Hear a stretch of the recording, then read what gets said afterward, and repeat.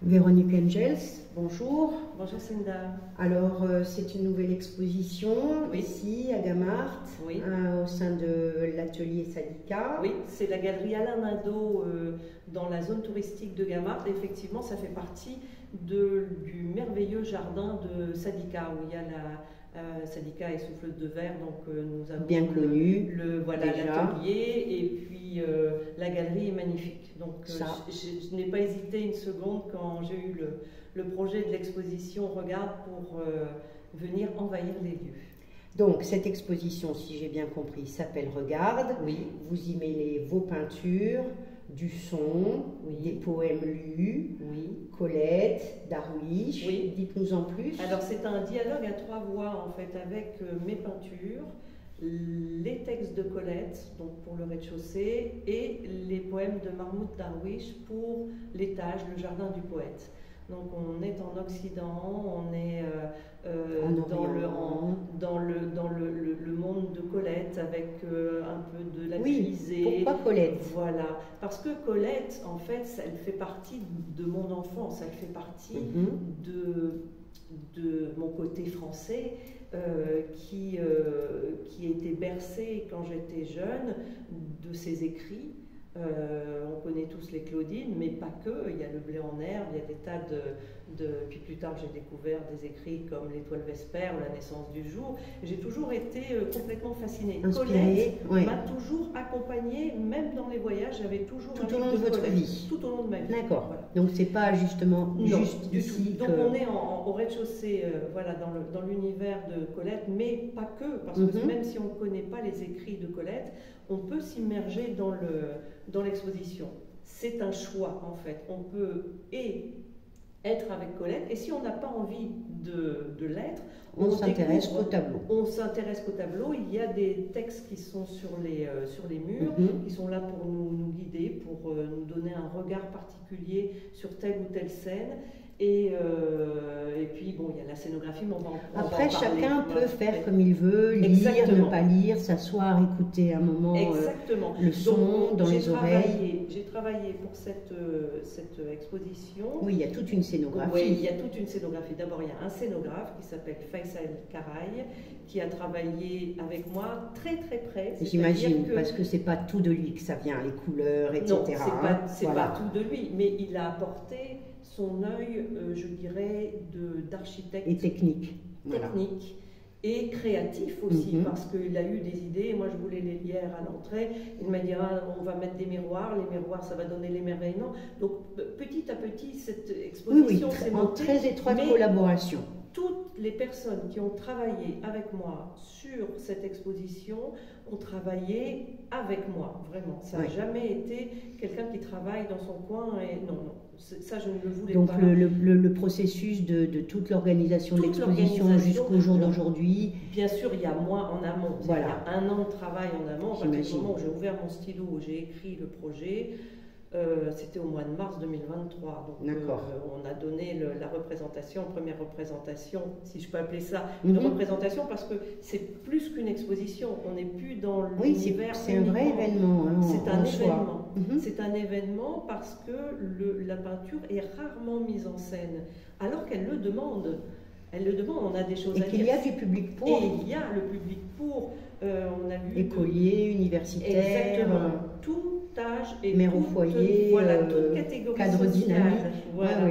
Toutes catégories sociales confondues sont venues dans cette exposition jusqu'à présent. On est peut-être à 300 personnes, 300 visites. Super. C'est quand même pas mal pour une exposition de peinture à la base, qui est dans une galerie, même si la galerie est magnifique parce qu'on l'a customisée aussi, mais on reste quand même dans le domaine d'une galerie d'art. Et tout le monde n'y a pas accès, et tout le monde n'a pas envie de venir. Là, tout le monde a accès. C'est une exposition qui parle à tout le monde. Donc au rez-de-chaussée, cet univers avec Colette, avec les chats, avec les petits paysages, avec les grands paysages, voilà, les couleurs, le verre d'eau, les plantes. Je voulais le côté qui ondule aussi. Voilà, je voulais une une forêt on la voit derrière moi. Je voulais une forêt dans l'exposition et Faisal a créé cette ondulation qui est là avec le regard sur les petits paysages qui permettent d'être vus aussi bien de l'entrée de plusieurs endroits que avec près. Des angles différents. Voilà, l'herbier, pareil. Bon, voilà, il y a vraiment. Moi, j'avais conçu toutes les cellules étaient préparées et Faisal les a habillées de sa scénographie. Donc ça, c'est un vrai travail en commun. Mais c'est très réussi en tout cas. Et alors, en plus, la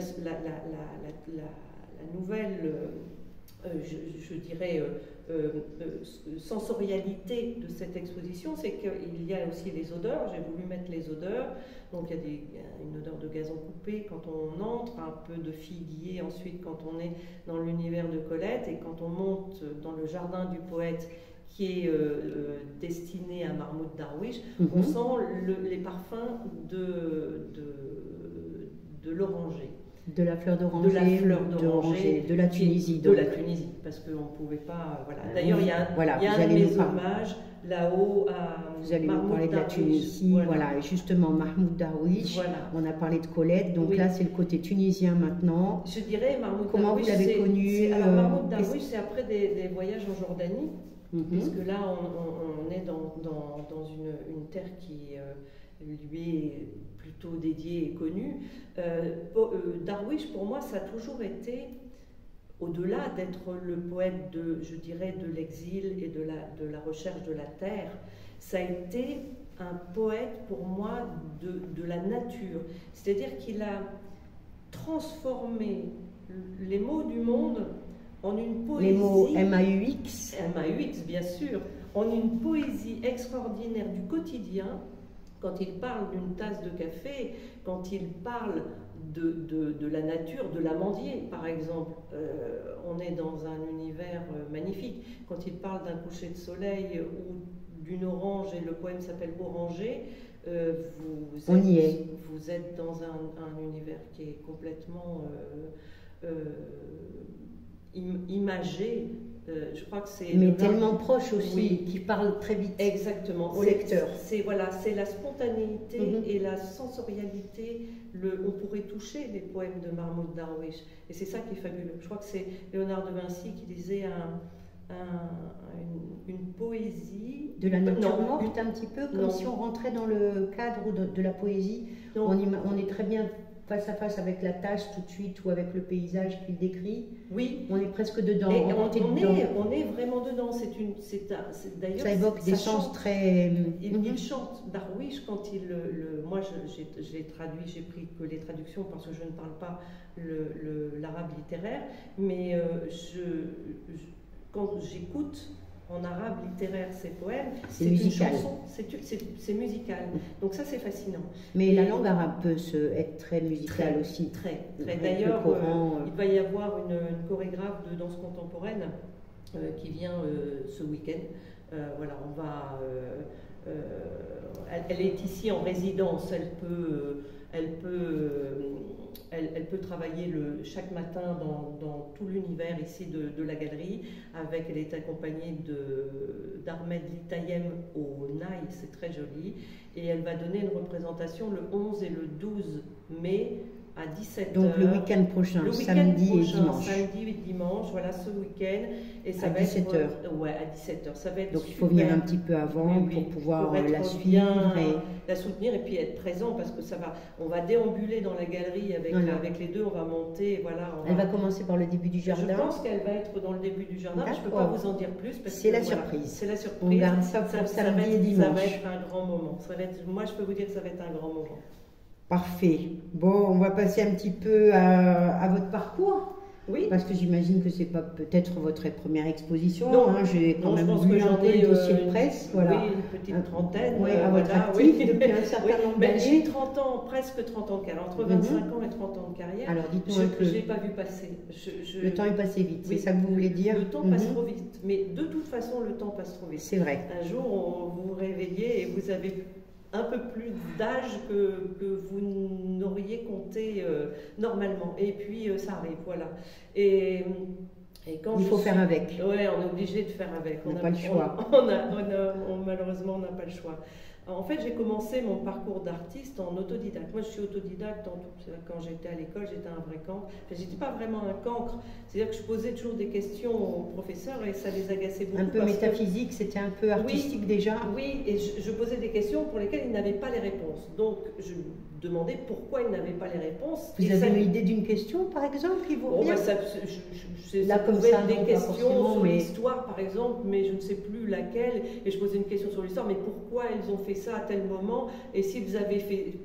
Je mettais une hypothèse autre, et ça agaçait profondément le professeur. Et il ne pouvait pas me répondre, bien entendu, puisque c'était hors cadre du cours. Mais moi, ça m'intéressait beaucoup. Donc, je finissais toujours dehors. Donc, j'ai passé ma scolarité beaucoup dans les couloirs.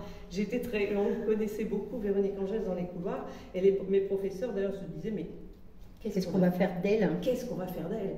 Qu'est-ce qu'elle va devenir de Véronique Angèle? Et finalement, voilà. Bon, voilà, quoi. Et alors, c'est venu quand Alors, c'est venu un peu tard. Donc, j'ai commencé par faire des petits boulots. Ouais. Voilà, j'étais dans le commercial, après j'étais agent immobilier.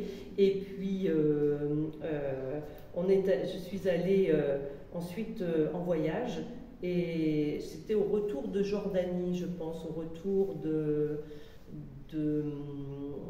Jordanie, oui, c'est ça, où j'ai commencé à faire un graphisme qui est devenu très récurrent. Et ce graphisme est devenu un petit emblème de mon travail. Une amie passait à la maison. Une espèce d'identité, quoi. Une espèce d'identité, c'était des petits carrés de couleurs avec des personnages. Ça représentait un peu les tapis que j'avais vus là-bas en Jordanie, des pèlerins qui descendent pour aller à la Mecque. Et j'avais fait un petit graphisme comme ça récurrent que j'avais appelé les tapis marocains. Et je n'étais pas encore partie, j'étais partie quand j'étais plus jeune. Alors qu'ils étaient jordaniens, les tapis, hein? Oui, bon, voilà. Marocains quand même, exactement. Mais après, je vais avoir une histoire avec le Maroc. Voilà, c'est ce que je... Et donc, je commence mon graphisme comme ça. Une amie passe à la maison, elle me dit, mais c'est pas mal ça. Tu sais, il y a un marché de l'art qui s'ouvre à Lille, ma région natale, et tu peux, si tu veux... Donc vous êtes une ch'ti? Voilà, je suis une ch'ti. Tu peux t'inscrire et je t'envoie les coordonnées. Je m'inscris. Et c'est là que tout a commencé dans la rue. Et ça ne s'est plus arrêté jusqu'à maintenant. Une galerie m'a repéré, elle a vu que ça fonctionnait bien. J'ai eu ma première exposition, ma deuxième. Et puis après, j'ai dit j'arrête l'immobilier. Quelques prix. Voilà. Vous étiez dans l'immobilier? J'étais dans l'immobilier. Ben, j'ai dit j'arrête l'immobilier. Basta così. Et là, c'est là où tout bascule. C'est-à-dire que là où on me proposait beaucoup de choses quand j'étais dans l'immobilier, quand je téléphonais pour avoir un logement ou un atelier, et je disais que j'étais artiste peintre, moi je ne connaissais pas le milieu de la peinture, je ne savais même pas comment on faisait une toile. J'avais dessiné, voilà, j'étais partie dans cet univers, je ne savais pas du tout ce qui allait m'attendre, mais je savais que c'était là. Est-ce que vous saviez quel genre de peinture vous alliez utiliser? Genre aquarelle, non, je ne savais pas. Quand j'ai fait ma première exposition de peinture, j'ai demandé à des amis, je dis mais comment on fait une peinture? Alors on m'a dit, tu sais, il y a plusieurs techniques, il y a ça. Non, et je dis, moi je veux la matière. Donc j'ai commencé avec des pigments, j'ai broyé mes pigments moi-même, j'ai fabriqué mes couleurs. C'est comme ça que j'ai commencé. Et ce que j'avais à dire, je l'ai mis sur la toile. Et j'ai continué comme ça, tout ce que j'avais à dire. Brosse, pinceau, un petit peu de tout. Voilà, vous avez expérimenté jusqu'à ce que ça prenne une... Voilà. Et ça a toujours été mon leitmotiv jusqu'à maintenant, c'est-à-dire ce que j'ai envie de dire, ce que je vois, qui est forcément singulier parce que je n'ai pas c'est votre œil, hein, c'est votre peinture, c'est votre œil, forcément. J'ai pas pris de cours pour ça, mais je me suis formée moi-même avec le regard. C'est pour ça que j'ai aussi j'ai voulu parler de cette exposition au regard, parce que le regard de l'artiste, c'est vraiment ce qui va faire que on va pouvoir donner quelque chose d'autre, qu'on va pouvoir apporter sa contribution au spectateur, à l'autre. Et communiquer. Et je pense que l'artiste, c'est ça, c'est cette petite virgule sur la planète, qui marche sur la planète, cette petite virgule sur le bout des pieds, oui, presque. Et qui va montrer un autre regard. Alors bon, moi, effectivement, c'est ce que j'ai essayé de faire. Donc, je suis passée par un peu tous les états, entre l'expressionnisme, le travail sur l'humain, l'expressionnisme. J'avais des tableaux qui étaient très durs à un moment donné, qui étaient très noirs, très Parce difficiles. que j'imagine que vous avez quand même été influencé par tout un tas de peintres, oui, de la nuit des temps jusqu'à... Oui, bon, c'est sûr que... jusqu'au fauvisme, peut-être, je sais pas. Exactement. Bon, les Matisse,